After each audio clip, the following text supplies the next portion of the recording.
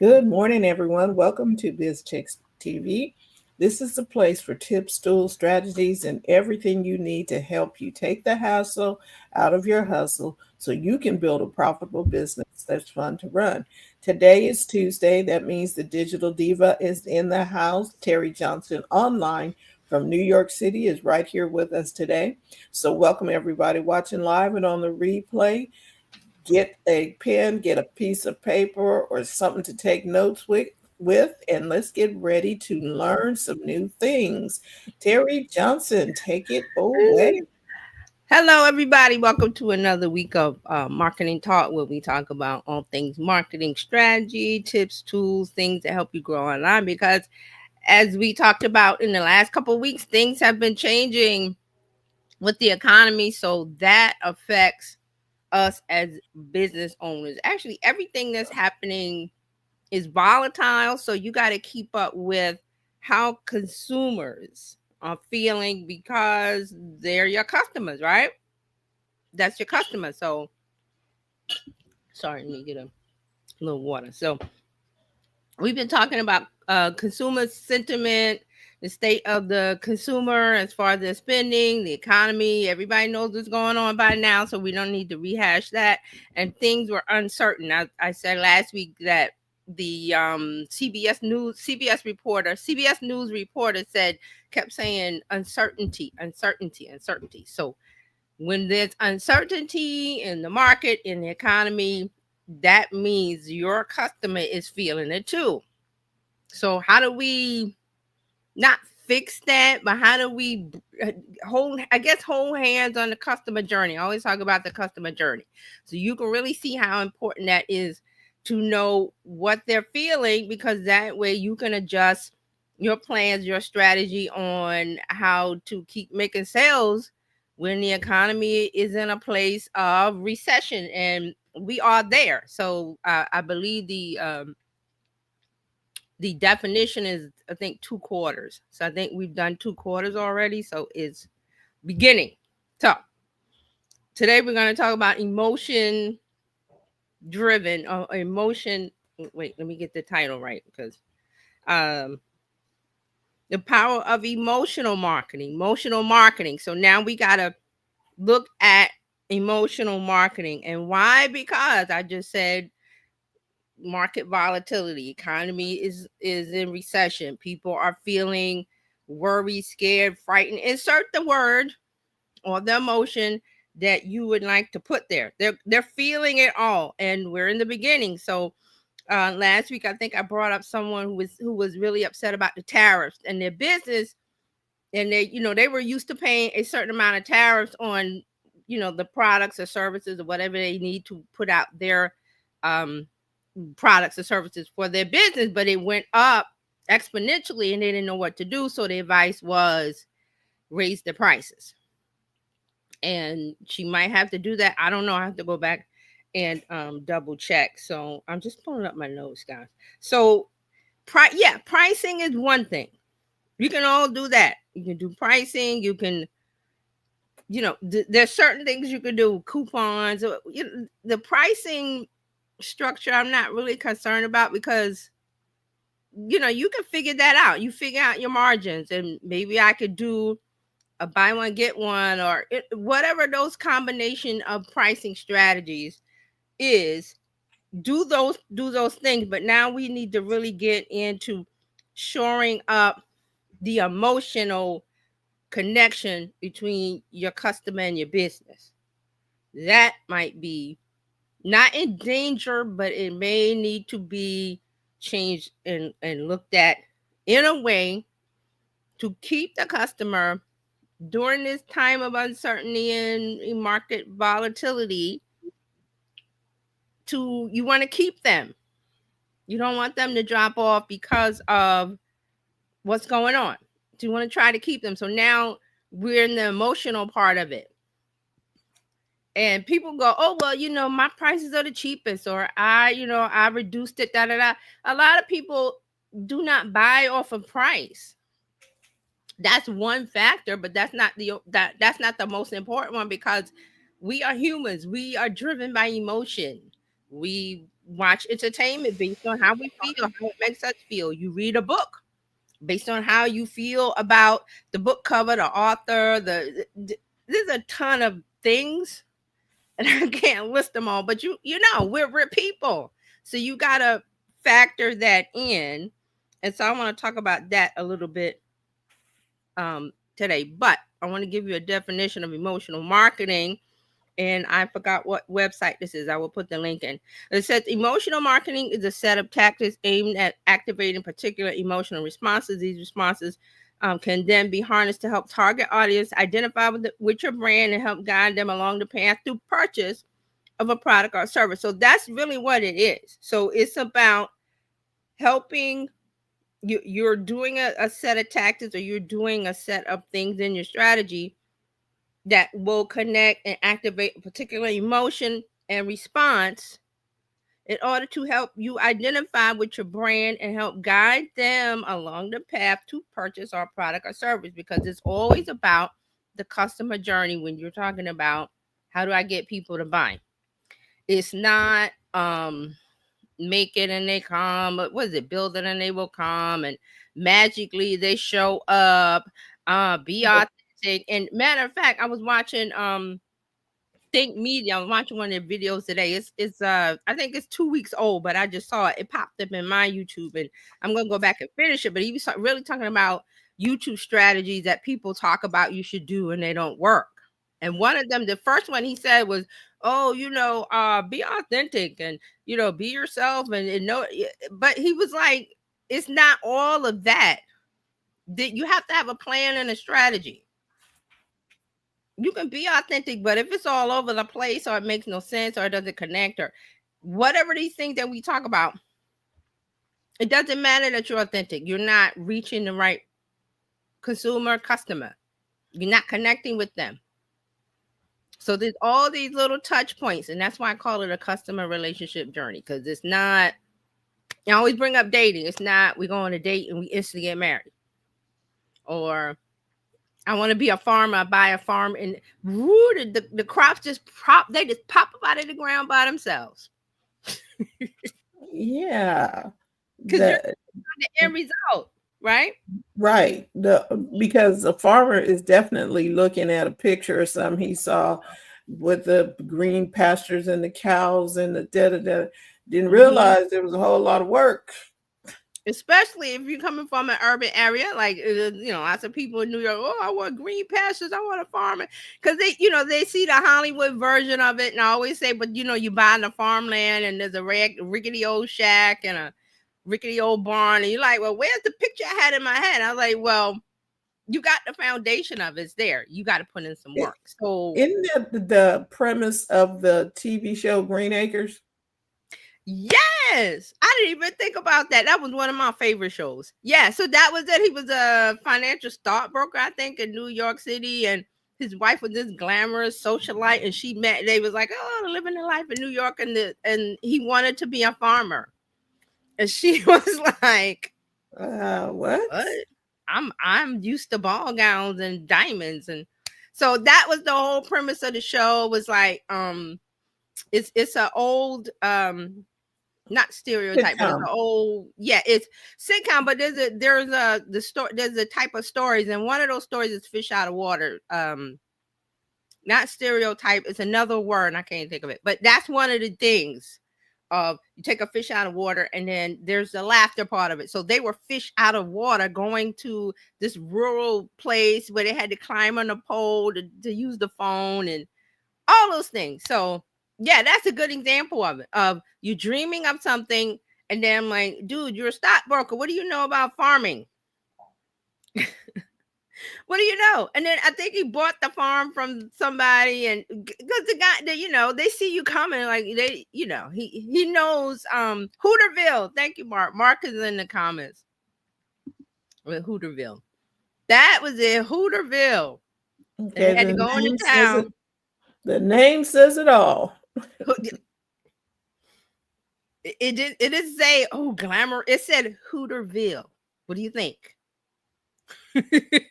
They had one general store and they had one thing, and the phone was they had to climb on the pole for the phone. It was all so many things. It's a great show.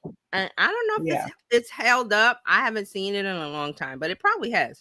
But that's it. That's the gist of what I'm saying, is that you have a thing in your mind of, I'm gonna be a farmer, or the opposite, I'm gonna move to New York City.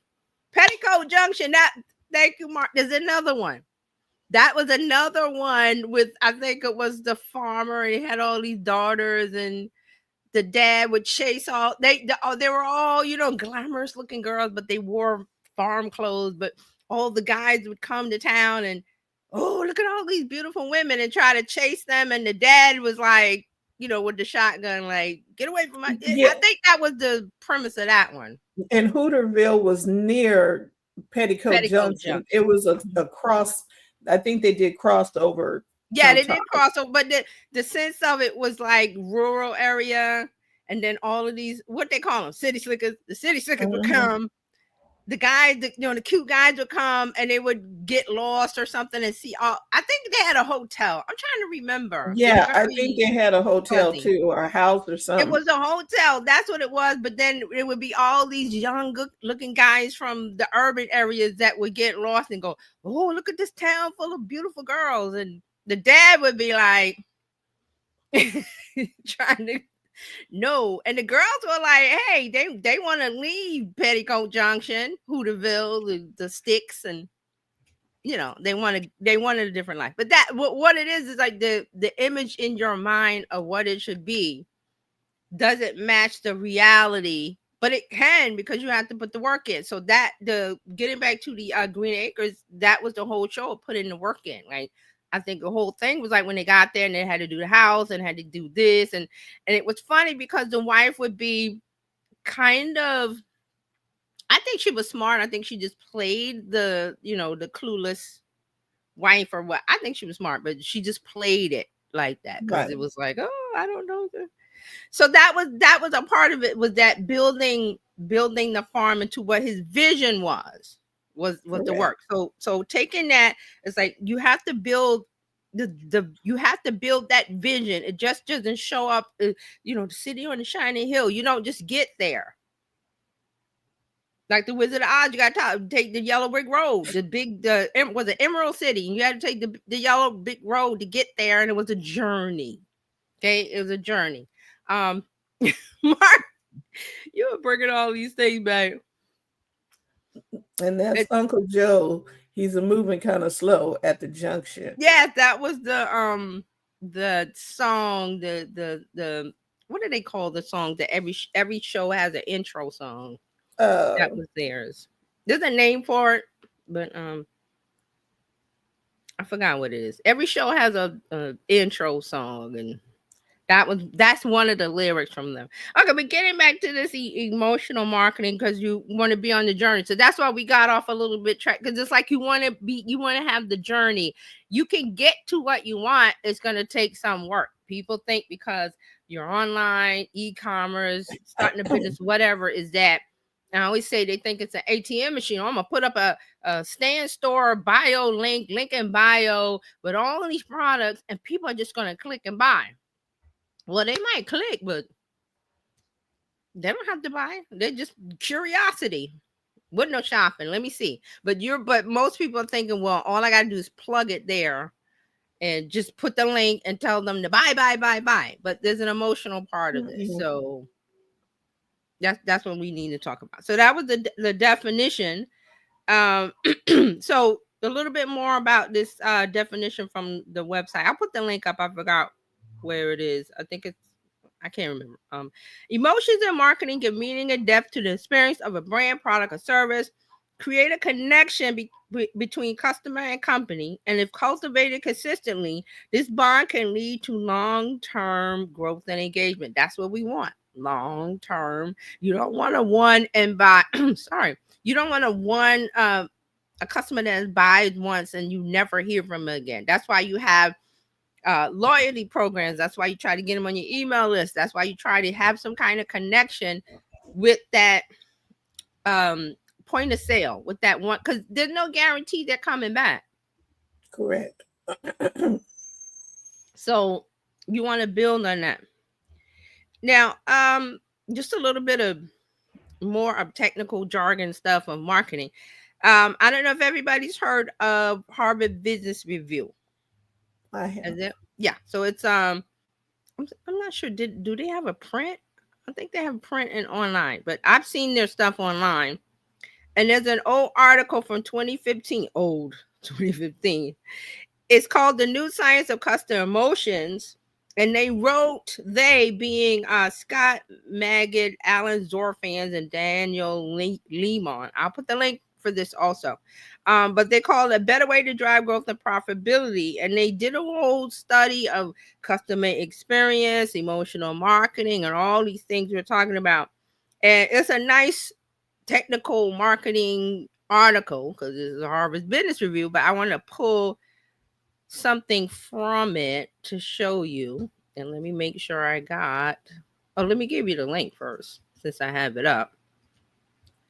They had a nice couple of charts in here. We're gonna pull up just a bit. All right, so there's the link. That's the Harvard Business Review article, and they have some charts if you want to look at it on your end. And they have a section that says high impact motivators. Hundreds of emotional motivators drive consumer behavior, and they had 10 that significantly affect customer value across all categories that they studied. So let's bring this on screen. Harvard Business, yes. So I probably need to zoom it a bit. Let me see. Yes, please. Yeah, I'm gonna zoom it. Let me zoom it a little bit, and then and let me get back to you. Yeah, that's big enough. Let me see. See if I can get rid of that. Okay. So high impact motivators, and they had a list, and it says, "I am inspired." This is the consumer. I am inspired by a desire to stand out from the crowd. So brands can leverage this motivator by helping customers project a unique social identity, be seen as special. The next one, have confidence in the future. Perceive the future as better than the past. Have a positive mental picture of what's to come. So the blue column is what the customer is feeling. The gray Okay. column is what the brand should focus on to attract and connect that person that's inspired by that. So it's about inspiration emotions, not um the price or there's an argument going on that I got caught up in this morning. It's that some podcasters said something about black businesses and now they're all upset. I fell down the rabbit hole of TikTok with that. I'm telling you that TikTok is dangerous. So it's not the price. It's not I am a so-called I'm a woman-owned business. I'm a this-owned business. I'm a that. Those are just attributes. That's not what gets people to buy. Because Right. just real quick off of this, because this video is going on my mind, it's going viral, and they're getting mad at this person on the podcast. But he was saying that it's not your business can't be I'm a black owned business. You have to bring more to the table. And in the video, he was saying that if it's a restaurant, I'm not sure the group he was talking to. If it's a restaurant, is your food good? Is there quality service? Is there cleanliness? Are the employees greeting people and providing customer service is what he was saying. And he was basically saying you cannot rest your laurels on I'm a this business, buy from me only. There has to be more to the table. So, but people are Right. getting upset about it. I was like, oops, what happened there? Okay. I was like, you But that's because they jumped in, started a business, and did not do the marketing part or figure out what they needed to do to attract the right. customer. See, it's a mindset of I am a blank on business. That's enough. And it's not. That's what I'm trying to say. Saying that you have the lowest prices in town, that's not enough. Mm-mm. I'm a disowned business. That's not enough. It has to be a layered cake. That plus that plus that plus you have what do you always say, Fran, about the taste good cookies tasting good? Yeah, they have to taste good, or we're not buying them. I'm a disowned business. I have the lowest prices. My cookies taste horrible. And then we talk about crumble and cookies tasting great, and they have all of these good looking cookies, and the people on TikTok and Instagram going, they're nasty. Oh, Right. That was speaking, crumble, right? yes, crumble. Speaking of that, I didn't look into this. I saw this come across my feed that one of the Kardashians has a flourless cake. I didn't look at the details. But there's videos going viral of people going, "Ooh, let me try this flourless cake," and they try it, and they spit it out. It's nasty. It's not what you want to sell if you were trying to sell cake. So I haven't investigated that. I just saw a couple of videos and was like, okay, let me go. But there's some kind of product that's flourless cake, and every video is like people making faces, nasty, and it's not a put on, because if the cake tastes good, they would go, this tastes good. Right. Because yeah, when people try and do gluten or flourless or anything, you better make sure it tastes real good. Ask the kids before you send it out. Let me say just real quick. It says flourless. Do I need to go any further? Not to That- say that. Go ahead. because gluten free normally is flourless. So they, instead of saying the gluten free, they're saying flourless. Okay. It still needs to taste good. I mean, I like hot dogs, Mm-hmm. right? And but I would prefer that they be gluten-free bun or flourless bun or whatever.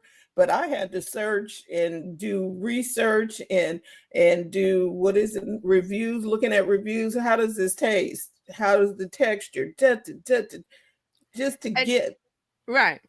It's so I while you were talking, I did a real quick search on it. And to find out that we were talking about crumble, that's what it is.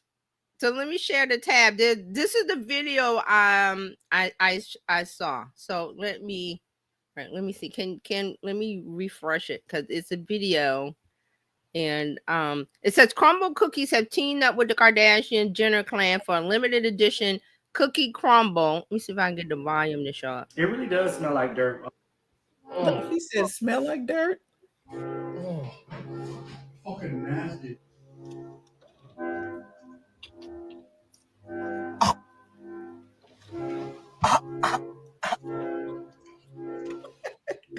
What the hell? What the hell, Courtney? Ew.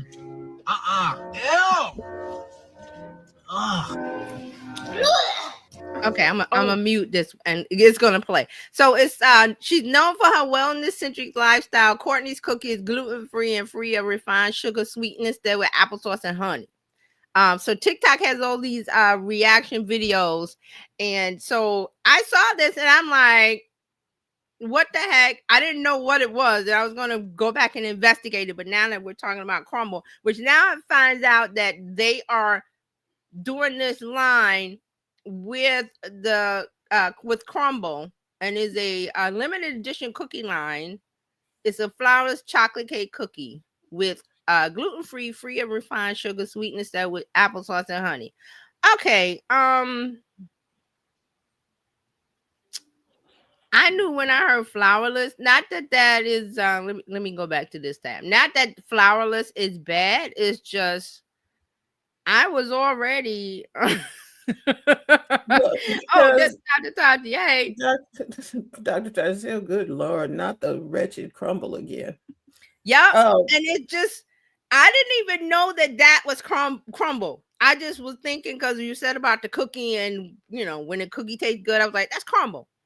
And then I saw this and I forgot about it. I was like, oh, the Kardashians do, what are they doing? I'll look at that later. But now I did a quick search, and that's what it is. It's a limited edition with crumble. So and is so this helping their brand? Crumble is crumbling their brand right now. And I'm gonna do a deeper dive on them, because they're like they have the marketing part right, of the viral, the this, the cookies look good, and like you're saying about kids, even the kids don't like it. But here we go with what Fran says about the cookie has to taste good. See, the cookie don't taste good. Dr. Tachi said, I've had some amazing flourless cakes, but you need to know how to make these things taste good with substitute. Crumble is a commercial cookie company founded by people who didn't even bake before. There you go. And Mm. I know what, and she's right. This, you have to do it correctly because there's no flour, so you have to do it correctly. Just like if substitute, you don't want to use sugar, use applesauce, or I've seen brownies that they use beans and the vegan stuff. You have to, first of all, you have to be, acquired to that taste. But if you like a regular cake that's just flour, sugar, eggs, butter, the oil, you're not going to like that. Now, like Dr. Tachi said, there are some people who have hit it, and you would Yes, not know that it was flourless or whatever because they know their craft they know what they're and doing. they know how to make the flavors do what they're supposed to do. Yes. Okay. And if you haven't practiced that, please don't try and do that. What's the substitute? What's a 1-to-1 substitute for sugar? I mean, like, tastes like sugar, looks like sugar. There's none. Sugar. Now there are other sugar alternates, sugar substitutes, but they have their things that is going to detract from the product that you're trying to make. Yeah, and you have to know how to use it. I found something that works for, like I want to put it in my tea or coffee or whatever. So Yes, I found something that does 1-to-1, and it don't have an aftertaste, bitter, and right. some There's other the stuff. aftertaste. There's the Oh, bad for yeah, you. and you have to. There's the texture. There's a whole lot of stuff that you have to do some tasting with, and But I'm or saying if else you're you just go selling right back. flourless cake, this video, and there's tons of videos. This is a compilation one. There's tons. I didn't have the time to look.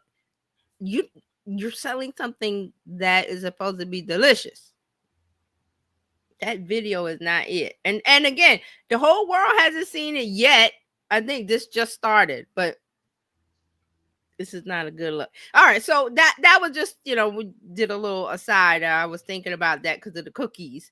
But let's get back Mhm. to this the Harvard Business Review, part of their customer experience and new science and customer emotion. So one of the other ones is, I'm inspired by a desire to have confidence in the future.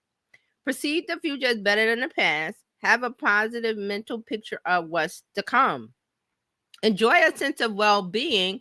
Feel that life measures up to expectations, and that balance has been achieved. Seek a stress-free state without conflicts or threats.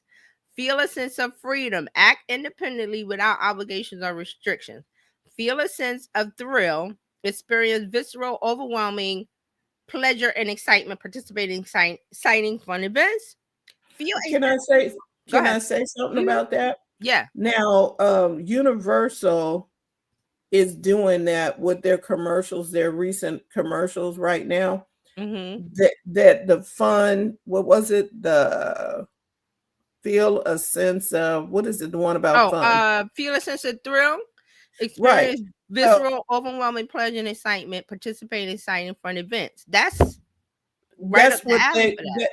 they are doing. That Universal and Disney are Yes, competing for that. They make you feel like, ooh, I want to take that trip. amusement parks. Ooh, I want to go and stand in line for all. They don't tell you about the lines and all the stuff Yeah, that you got to they deal with. don't show you that. It's the what happens when they win the Super Bowl. What happens when they win? And they talk to the MVP or the quarterback. And they say, "Oh, so and so and so. What you gonna do I'm next?" going to Disney World or whatever. And they Yeah, show the fun, the parades, the happy times, smiling and the families. thrill, they're showing you all of that. They're Yes, not showing you the other parts. right. That's a good connection. That's perfect for that one. Feeling a sense of Yeah. thrill. It fits. The next one, feeling a sense of belonging, having an affiliation with people they can relate or aspire to be like, feel part of a group, protect the environment, Sustain the belief that the environment is sacred. Take action to improve their surroundings. Be the person I want to be. Fulfill a desire for ongoing self improvement. Live up to their ideal self image. And that one, I see a tie in with beauty cosmetics or wellness, or, you know what I'm saying, yoga or meditation Mhm. or anything with that. I see the tie in there. Feel Yes. secure. Believe that what they have today will be there tomorrow. Pursue goals and dreams without worry. Succeed in life. Feel that they lead meaningful lives. Find work that goes beyond financial or social economic measures. And so this is from Harvard Business Review, and this was emotional motivators that drive consumer behavior. So these are things that we need to know. And when I was reading this list, I was like, there was something that popped into my head, which was retirement investment. Having a retirement investment bank portfolio advisor, what have you, because that ties into have confidence in the future, enjoy a sense of well-being, feel a sense of freedom. All of that ties in. So that excuse me, that's one thing that popped up into my mind, and I want to show you some websites. So let's look at this one. So this is that got me in what does it say? I gotta hold up. I gotta pop up. Your browser has lost. I don't know what happened. Well, there's no sound on here, so I just gotta pop up on the stream, y'all. I don't know what that's about. This is Oh, Vanguard Personal Investors, and I want to freeze the slide on because I like to go to websites and see how they present what they need to present. And I was like, okay, boom, let me freeze it here. Put your future first. At Vanguard, we have the resources to help you reach your investment goals. Check out resources. So when I go to it needs to tell me exactly what I want. It has to connect with what I'm about. So Vanguard knows what they're about. The first two slides I'm not happy with because they got news and stuff. But I'm like, if they just freeze it here, this would be perfect. And then let me scroll down and say which goal, because they know if you're here for retirement or saving, or it's not. Most people think finance money, it needs to be money. Like, you should see dollar bills, you should see piggy bank, you should see people throwing money around, you know what I'm saying, like yeah. Daffy the Donald Duck with the money, and that's not how you attract with what they want to achieve. So that's why I was like, I love that they said which goal can you check off your list. Prep for retirement, live in the moment, plan your estate, save for school. And look at the imagery that they're using. Yep. Fun, exciting, Save for emotional. school. Who are you? These are parent. I have school age children, and I want to set up investment for their college fund or whatever it is. So I'm not gonna the real serious business looking stuff. Stock photos of and these I'm not saying these aren't stock photos. I'm just saying that as people in investment suits sitting around a conference table, and that's not that's not your customer unless you're B2B. You're B2C, business to consumer. So I have to see imagery that I can put myself in. Emotional marketing. And this site I was like, okay, they're doing it. Mm-hmm. Here's some I didn't even see this video. Let me play that.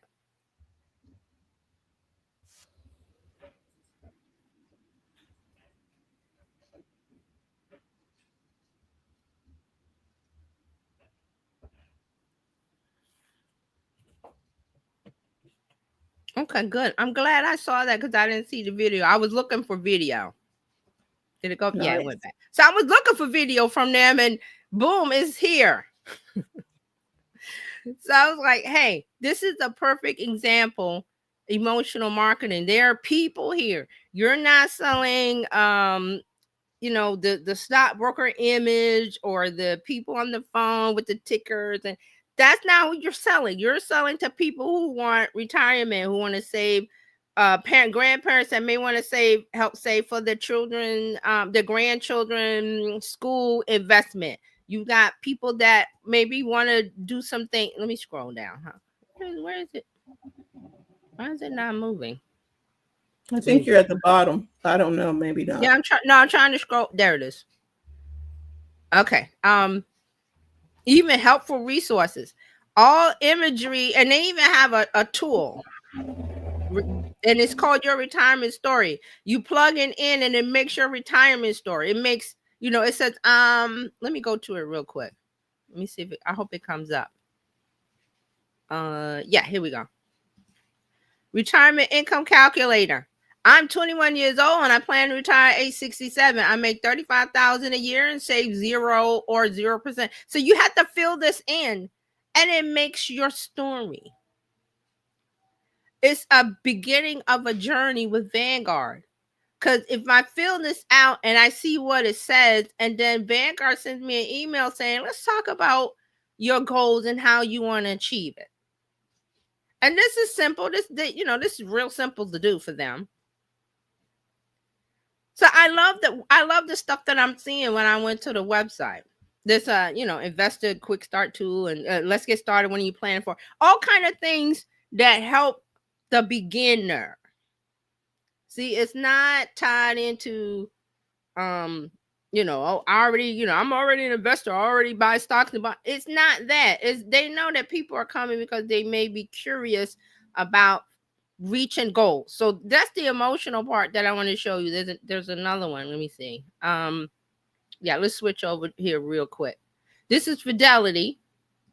Invest tomorrow and plan for tomorrow. Again, imagery. I know what I want. Open an account. I need guidance. Start here. When you go there, it assumes you're a beginner.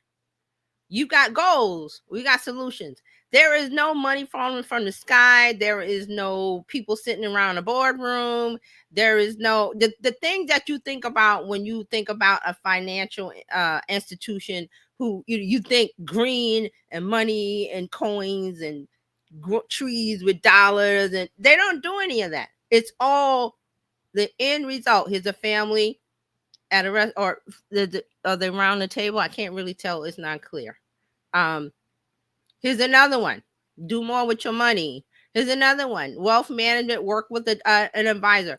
It's people sitting around helping and getting the things that they need. Now, this one is, I kind of like their website. I really love the Vanguard one better, but this, I said, hey, this one's okay. This one's okay. And let me go back to this. So I was reading this and going, okay, a couple of these, I'm like, it instantly popped out to me about the Vanguard, the retirement investment. I wanted, and I was like, okay, these are the things that the emotional driven. And then I just said, I just did a Google search, and Vanguard popped up. Charles Schwab, I didn't like any of the stuff they had. Theirs were too investment banky. That's not a word, but what I mean about the people sitting around in the boardroom with the suit and the ties and looking all corporate. That doesn't sell the consumer. So Charles Schwab got a for me, but Vanguard they got a up for me. But that was just one of the industries that I thought about when I was looking at this list, and Fran brought up the one about Disney and Universal Studios and things. So depending on the industry, you might do one or two or a couple. So like the one I just showed about retirement and investing, a couple of these were like, a 3 or 4 of them fit in for them, where other industries might be 1 or 2. Like protect the environment, that would be, you could combine that with feel a sense of belonging, have an affiliation with people, because if they're into the environment, it's usually a group thing. Like they're groups, like Earth Day is coming and all, and they do things as a community. So when you're talking about reaching this kind of customer, these are some of the things that you need to think about. Okay, so let me remove this. So does everybody get what, the point I'm trying to make about the emotional marketing? Yeah, so you have to reach and connect with your audience on an emotional level. Right, especially now because of things being the way they are. It's not going to be I'm a this own business, I have the lowest prices. It needs to be more. It needs to be more. Just like with the crumble and the cake, it's like, oh, they look good, but they have lots of videos where the cookies don't taste good. And that's a part of it. And that's where I think this is where the local market is going to do really well, mhm, because you're going to go back. I went to a local pizzeria here called Luigi's Pizza. The first time, I mhm, mean, I've been in Sacramento for a long time, and this is the first time I went to Luigi's, and they make the crust themselves from scratch mhm, and everything. They had pesto for mhm. the instead of, I don't like red sauce, so they had Right. So that pesto. pesto. I Mhm. was like, oh my gosh. And Luigi's has been there for 70 something years, different owners now, but Right. I've never been there. And they let me create the pie the way I wanted to. I was like, oh my gosh, this Hey, pie is good. see And that? it was the customer experience when you walked in there, it looked like an old timey Italian Yes, the whole pizzeria. branding image of pizzeria, Italian restaurant. There's the red and white checkered tablecloth, the all of the things that you usually Yeah. see. That's why when you see the pizza boxes, no matter what pizza place it is, there's certain colors, red and green and white, and they all have a little checkered thing or a little something with the brand logo. Yeah, but it wouldn't have worked if the pizza didn't taste good. See? It can be all of those things. And you're thinking, man, I'm going to hit it out the park because I've got the pizza boxes, I've got the checkered cloth, it looks like the website looks like, but I ordered the pizza and it doesn't taste good. You've lost me. They could have lost you, never to return.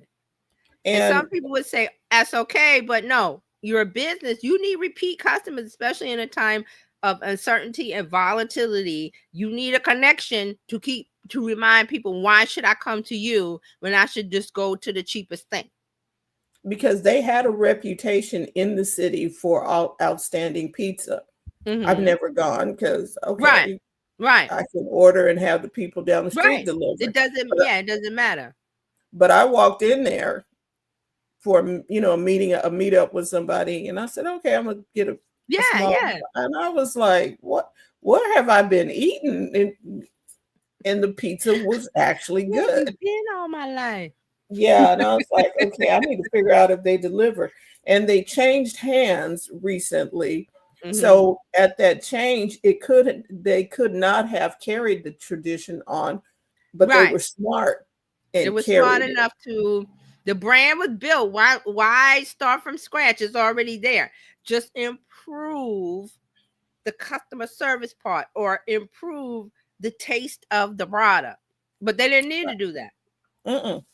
So They now just the need to next step for them maintain. would be to get you a loyalty program to get you to come back because you're already hooked because the pizza tastes good or this and that and that. But what do? Outreach of, hey, we're running a special. Hey, we got a new. And see, that was the thing, because they didn't take my name or email or anything. Ah, Now, and so I'm not sure that they deliver. I gotta find out, you know what I mean? Either with DoorDash or somebody, right. but They they might need be. to, They might be on DoorDash. And see, here's a quick thing about a place like that getting your email. All they would have to do is print out a little QR code and put it on the counter. Hey, you want our menu? Hey, you want the specials? Hey, you want to stay connected? We send out specials every week. Scan the QR code, and right. nobody has to browbeat to get people's emails. Cause see, And that's a I part hope, of it. Like, how do I get an email from somebody that's ordering a pizza coming in? You don't have to do anything. Put the little in the little plastic stand. You slip a piece of paper, and I forgot what it is. It's yeah, a and their point of sale that they're using, I can't remember, Toast, I think it mhm. is a point of sale. It says, do you want to get a receipt via text or email? Okay, so they capturing that when, send me a text, send me an Yeah. email. So they're capturing that data Okay. unless you say no receipt. Right. But they're capturing that. See, they And could do that, and they could do the QR code on the counter correct. of you. Hey, you want to be notified when we give discounts, or we have a loyalty program. You don't And have to get. so, You know how people give the little card and you have to punch it and all. You don't have to do that. You just QR code it and right. connect that And, way. and they have the emotional connection with the community because they've been in the city for however long. And Mm-hmm. um, and people are, there were regulars coming back. We saw a whole fire department come in Yeah, and walked out with like 10 stacks of pies or but there you something. go. And so they have that, and hopefully they're not relying on Well, it's. I mean, just the things that they're doing sounds great, but I'm like, to level it up would be to right, take it to the QR code, being on a local podcast, being on, whatever the firefighters are doing, connect with them with right, a right, right. community project sponsored by Louis. You know what I'm saying? You want to level Yes, it up. Because if yes. you're already doing it, that's why I said layers. The pricing, yeah, check. It tastes good, check. It do this, check. And most people don't go further than that. And that gets back to the thing about the podcast guy saying about the black owned business, and now people are upset. I understood what he was saying. He might have said it right because there was some profanity, but there was a way to explain it. And what I And love about it is that people took that clip of him saying those things and went further with it. Some people went further with it and saying this is why he's right because X, Y, and Z. But people got emotional about, well, ooh, the black owned business. Da, da, da. But he's right. You can't just be a black owned business. You can't just be a woman owned business. You just can't be insert this community business. you, Cookies have to taste good. your pizza need to taste I good. d- if Your cake, the pizza's horrible, I'm not going. If the mm-mm. tea, my daughter liked the bubble. If the bubble tea don't taste, she doesn't want to go back. That's how we are. You, as a business owner, you can't get mad because the consumer votes with his dollars, his or her Yep. dollars, to vote of confidence. So Mhm. Fran just said about the place, Luigi.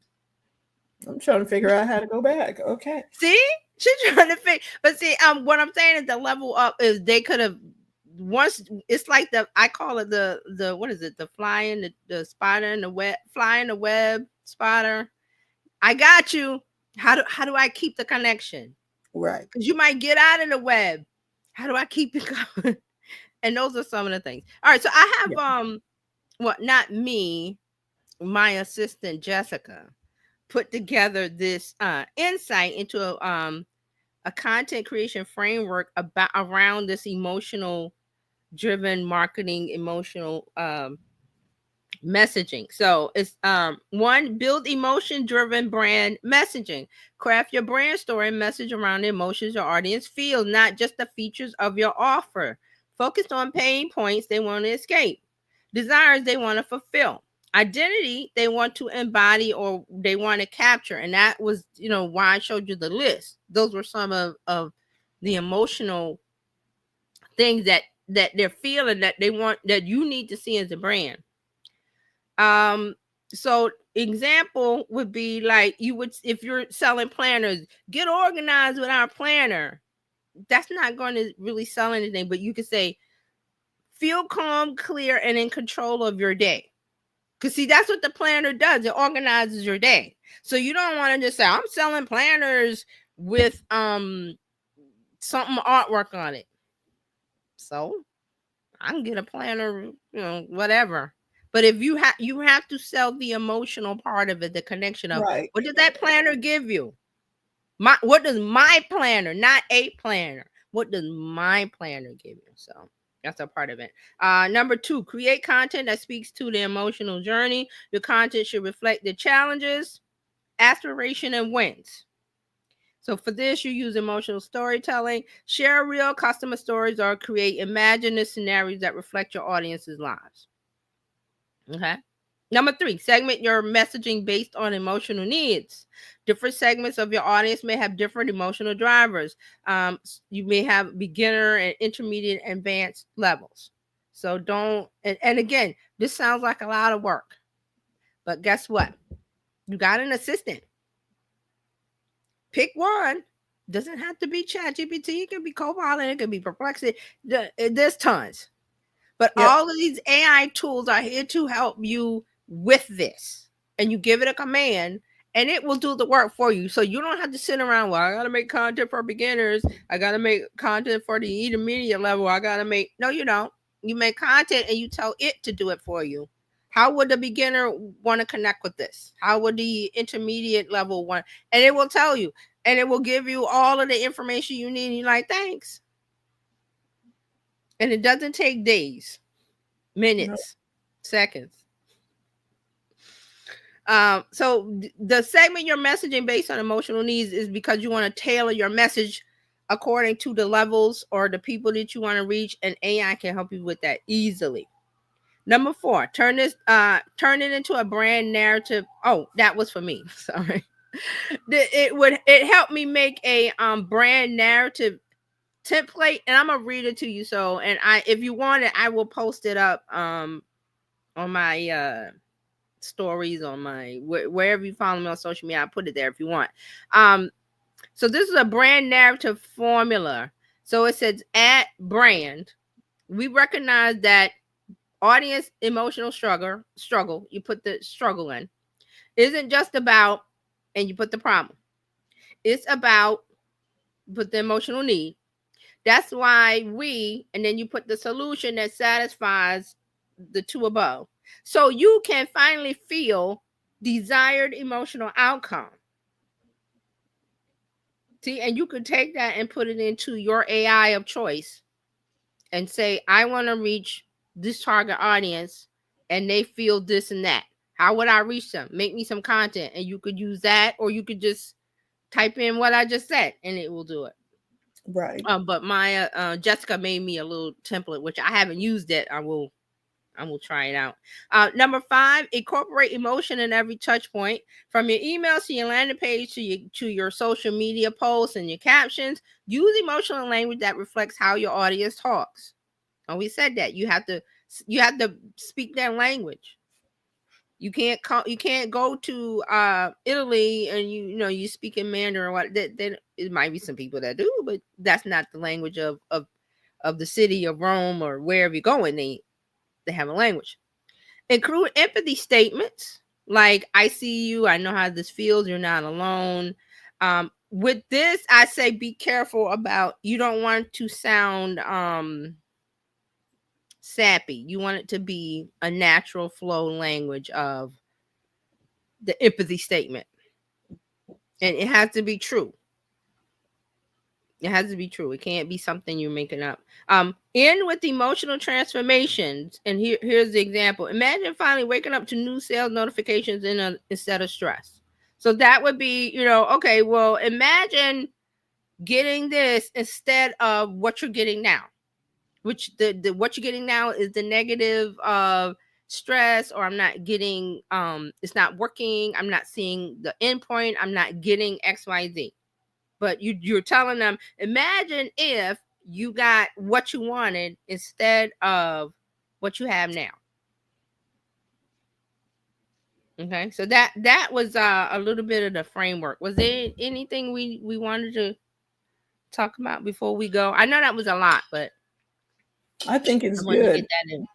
So we play to their emotions. Yeah. When you sum this all up, we're playing to our customers' emotions, the reason why they're buying, not just this is what I can do for you. No, we should have studied what they wanted. Remember, you talked about social listening before. What is it that your customers are wanting? Exactly. And the social Giving them listening. that.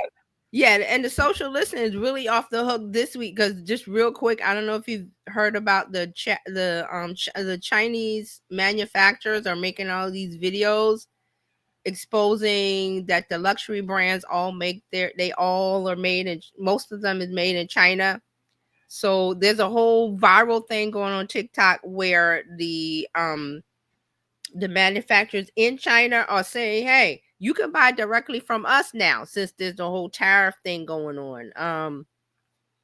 So I forgot what I searched to find. I found it on TikTok, and it's something about China tariffs or China manufacturers or something. You could do a Google search and it'll come up. There's this whole thing coming back. So they specifically called out Louis Vuitton and something Chanel and something. So now the guy from Louis Vuitton, not the guy, the Ellen, I think it's LVNM, the company that owns all of these brands. So the chairman, the CEO, has come out and said, "Oh, they don't do that. That's not." So there's a whole back and forth going on of things getting exposed. Oh yeah, because they were knockoffs. They were Yes, but see what China is now saying that they are knockoffs, but they are the same thing because they're right all because made in the factory. it's in the same factory with the Yes, same stuff, and yes, so it's not. It yes. technically it's So not a it's made in knockoff. China, but they ship it to France, and they put a made in France uh, label on it. And now, and they mark it up, 50%, 70, whatever the markup is. So China is now making these videos on not China. The manufacturers are making videos saying we make this in Hong Kong and this is the factory, and you're thinking you're getting that da da da da. It's the same thing because they make it here. We just ship it to them. So all of that is getting exposed. So people are going like, well, why am I spending $1,000 on this bag when I can get it for $50 because it costs them $10 to make in China? Mm-hmm. So that's the whole thing that's getting overturned now. Is to me, it's fascinating because I like to see the whole, the social listening part of it, just like that, and just like I saw the crumble Kardashian flourless cake thing. It just pops up for me, and I'm like, wow, that is something. That is So something. much is happening. Now, here's the thing that you all need to know. If you need to connect with TJ, you need to go to terryjohnsononline.com/info, Mm-hmm, mm-hmm. where, I mean, you can connect with her anywhere on the web at Terry Johnson Online, but get on her mailing list, connect with her so that she can bring you more stories like this. You Yes. don't have to go search the World Wide Web by yourself. And Terralina said the purse thing is a whole different story. Yeah. It's coming out. It's even Time Magazine has picked it up finally, I think today. So it might make the news, it might not. There's a whole um A, a, mm, you can you can a go to whole lot of China. people, a Yeah, whole lot of people's bubbles about ready to be burst or have been burst behind you that can go purse. to I would go to if you can go to tiktok.com and search, and it's gonna come up. And I don't think you have to have an account. Wait, you No, have I to have don't. an account to search, I think. All I know is things are coming to light that probably would have stayed hidden had we not had all this activity. If the earth had been overturned, if the tables, they came, we came into the temple and turned the tables over. Yeah, stuff would have been not what.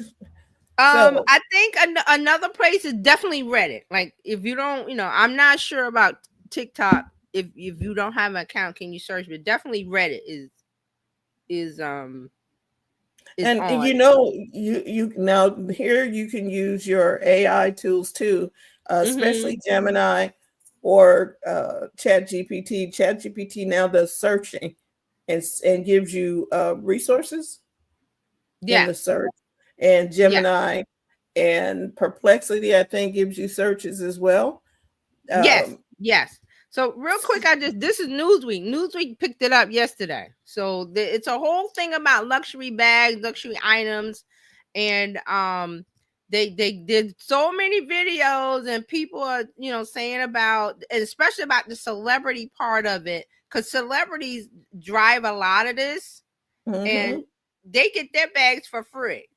The celebrities. Right, but okay, so are we just now discovering that these bags were made in Some China? people aren't. Yeah, some people were in the dark. Oh, Some people were. okay. Some people weren't. Yeah, some people were in the dark because I see the response of it. It's not. Oh, I already knew that. A lot of people were shocked. Wow. So, but again, if you go to Reddit and do, if you've got time and do some searching, there have always been groups, especially on Reddit, of people and that talk about buying direct from China. So they've been doing it. It's just not have been. It wasn't an exposed thing like it is now. So, like I said, Newsweek picked it up. I think Time picked it up. So it's going to get picked up. Yeah, Dr. Tachi says many people have always known that these things were made in China, especially if you are into the fashion industry. Right.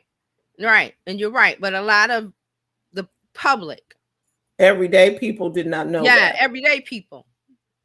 Okay. And I mean, the ones that were, we'll say, fashion savvy, or like, they keep up with the fashion industry, knew. Like I said, there's groups. Like there's WhatsApp groups, there's Reddit groups where they all share I bought this, I bought that. And they've been around for years. But it's like it's for some reason, the Chinese manufacturers are now like, they are on TikTok, like they were in the background.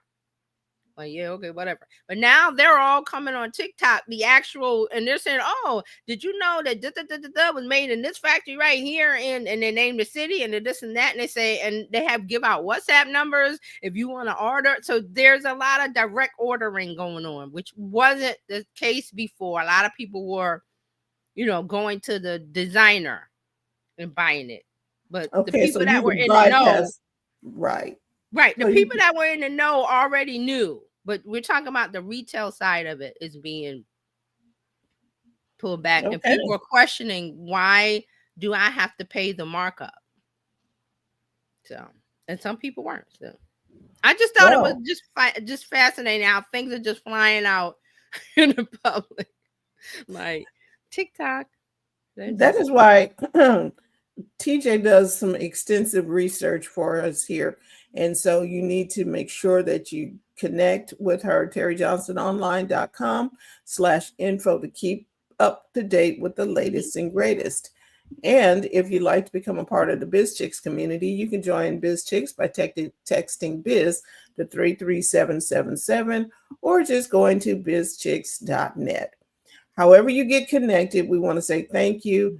Tomorrow, Coach Karen is coming on with how you can bring profits in daily, maybe so you can go buy one of them purses. But the wholesale price.